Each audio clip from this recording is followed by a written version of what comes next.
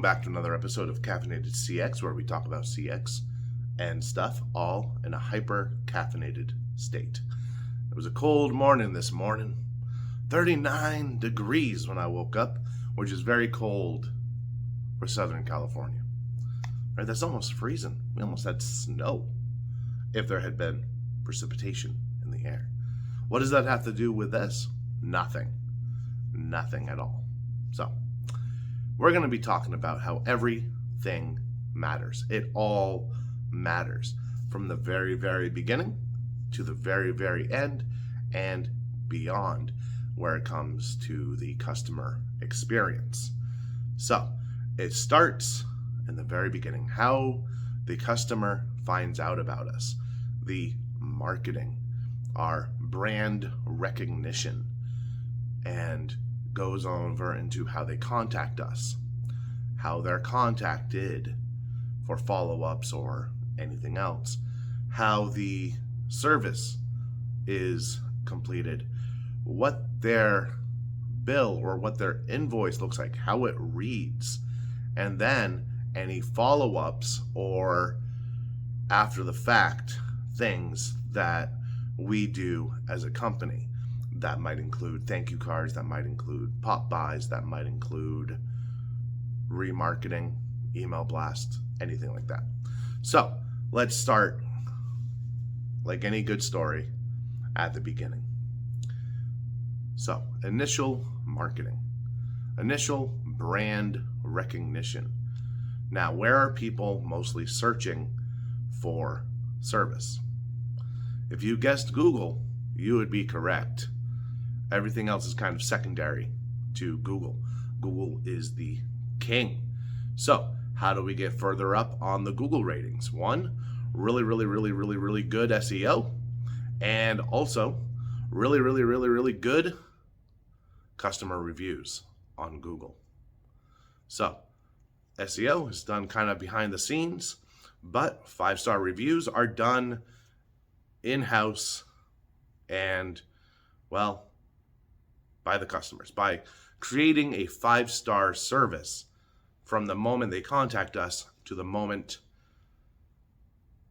they die, I guess, because the customer's journey and the customer experience never ends. It doesn't matter how long ago they used us. So how do we build up that brand recognition? We build up those 5-star reviews. We go out in the community. We get caught doing the right thing. We give back to the community. We make it an exciting place to pay attention to. And that can be done through PR, that can be done through, well, anything. So we got that down. Now, when they contact us, there's going to be only a few channels where they can contact us through. Majority of that right now, and for the foreseeable future, will be over the phone. Now, digital is creeping up on that. It's the percentage of customers that contact us digitally, that means over the internet, is growing. And that can be either through chat, through texting, through Yelp, through any other means where they can interact directly with a live CSR who's typing away and providing the same amount of service that they would provide over the phone. There's no real difference there. And how they're handled throughout that entire setting up the appointment status, the customer service, all that stuff. Then it flows over to the initial reach out to the customer. So this is the people calling to confirm the appointments, calling to confirm the scheduling, who get the service person out there.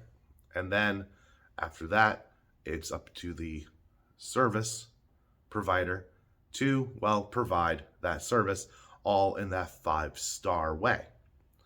Then after that's completed and they get that 5-star review while they're there, then comes the invoice.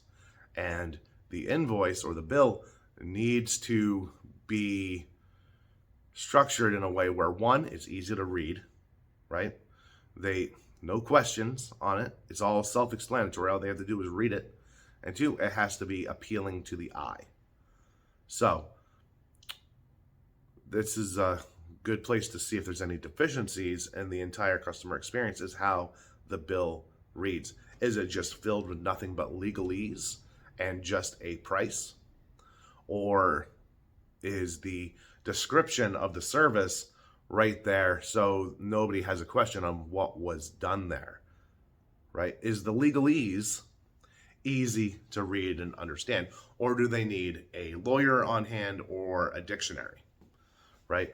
Everything should be done in simple language while still fulfilling the legal stuff. And then after that, that's when the after comes, because the customer experience, like I said just a couple minutes ago, doesn't end. It doesn't end when they get their bill. It doesn't end when they pay their bill. It doesn't end at any point. So after they're done, what happens?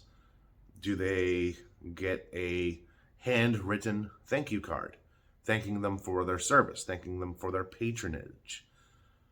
Or are they just forgotten? Let's say something goes wrong and the service person wasn't able to initially fix the issue. Do they have to wait a few weeks for them to get back out there and fix what they didn't? All of this matters.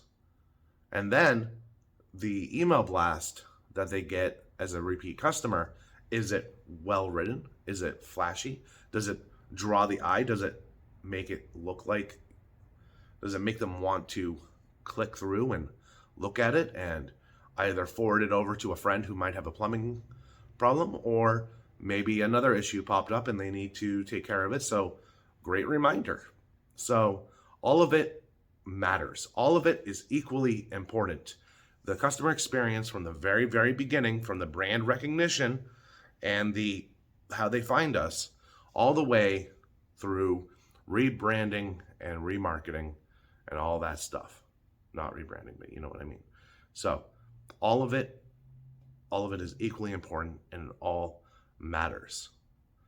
And every step of the way needs to be a 5-star experience if we want to get those 5-star reviews, if we want to keep attracting customers and then keeping the customers that we already have, because in the long run, that's going to be the best bet. That's the cheapest marketing, is that repeat customer. You want your customers to say, I'll be back and I'll bring my friends. So that's it. That was today's Caffeinated CX. You have yourself a great day and get some 5-star reviews. All right. Bye.